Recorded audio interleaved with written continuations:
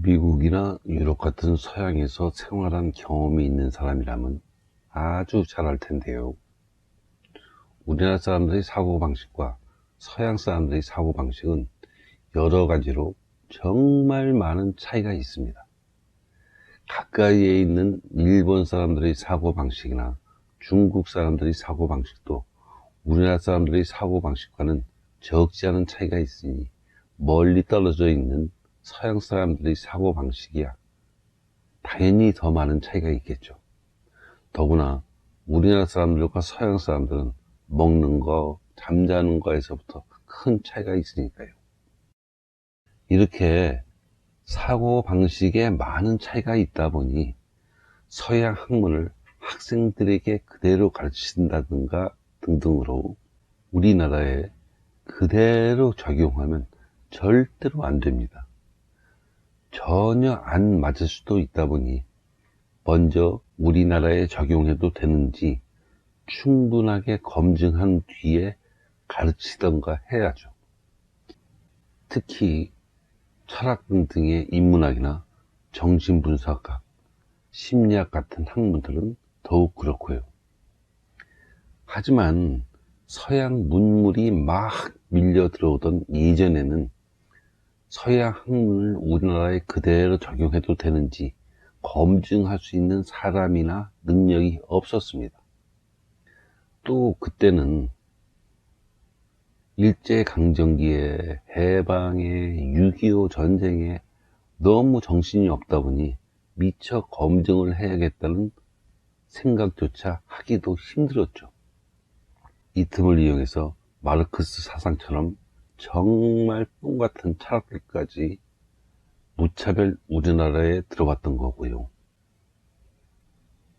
그런데 이 과정에서 누구보다 서양 학문을 검증하는 데에 앞장서야 했을 대학 교수 같은 학자들은 조선시대의 유학자들이 그랬던 것처럼 아주 빠르게 미국병, 유럽병 등등의 서양병에 걸린 사대주의자가 되어갔습니다. 그리고 이들은 외국에서 나온 원소를 보라고 한다든가 외국 유학을 권유한다든가 등등으로 자기의 수많은 제자들도 자기네처럼 사대주의자로 키웠는데요. 오죽하면 서양으로 유학할 능력이 없는 학생들만 국내 대학에 간다고 생각될 정도였죠. 이렇게 되다 보니 수많은 학생들은 자신도 모르게 민족적인 패배의식과 민족적인 열등감에 젖어서 우리나라보다 미국이나 유럽 같은 서양을 더 신뢰하고 선호하는 사대주의자가 되어갔고요. 그렇게 교육받은 사람들은 대학을 졸업하고 교사가 됐고 공무원 등등의 직장인이 됐으며 또 대학 교수 등등의 학자가 됐습니다. 이들은 다시 자신을 가르치던 대학 교수들과 같은 방식으로 수많은 주변 사람들을 사대주의자로 만들어 갔죠. 철학쟁이들만으로 알 수 있듯이 이 때문에 우리나라 사람들과는 사고방식이 많은 차이가 있는 서양 사람들의 온갖 학문들이 지금도 아무런 검증 없이 막 적용되고 있는 거고요. 고 노무현 전 대통령께서 재임 당시에 이런 말씀을 하셨더라고요. 한국 국민들 중 미국 사람보다 더 친미적인 사고 방식을 갖고 얘기하는 사람들이 있는 게 내게는 걱정스럽고 제일 힘들다.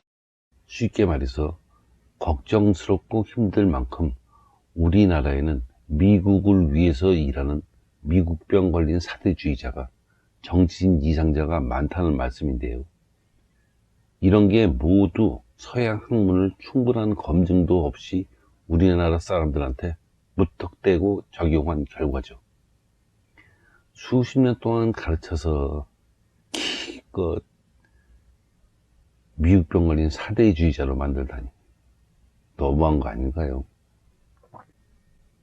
그런데 우리나라에는 미국병 걸린 사대주의자뿐 아니라 독일병이나 프랑스병 등등의 유럽병에 걸린 사대주의자도 많습니다.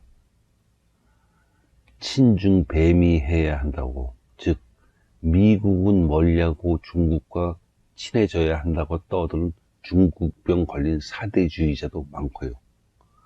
최근에 일어났던 몇몇 사건만으로도 알 수 있듯이 심지어 일본 강점기 때의 일본 앞잡이들처럼 오직 일본을 위해서 일하는 일본병 걸린 정신 이상자도 많죠. 이렇게 된 원인도 모두 같은데요. 짝퉁인 명품에도 막 환장하는 사람들을 알 수 있듯이 지금은 학교나 정부기관 같은 관공서뿐 아니라 방송국 등등의 언론기관, 각종 사회단체, 기업 등등 어디에서든지 아주 쉽게 만날 수 있을 만큼 외국병에 걸린 사대주의자가 엄청나게 많아졌습니다. 그리고 이런 환경에서 우리나라의 어린아이들은 태어나고 있고 무럭무럭 자라고 있으며 계속해서 어른들이 과거에 받았던 교육과 같은 내용의 교육을 받고 있죠. 과연 우리의 아이들은 앞으로 어떻게 자랄까요?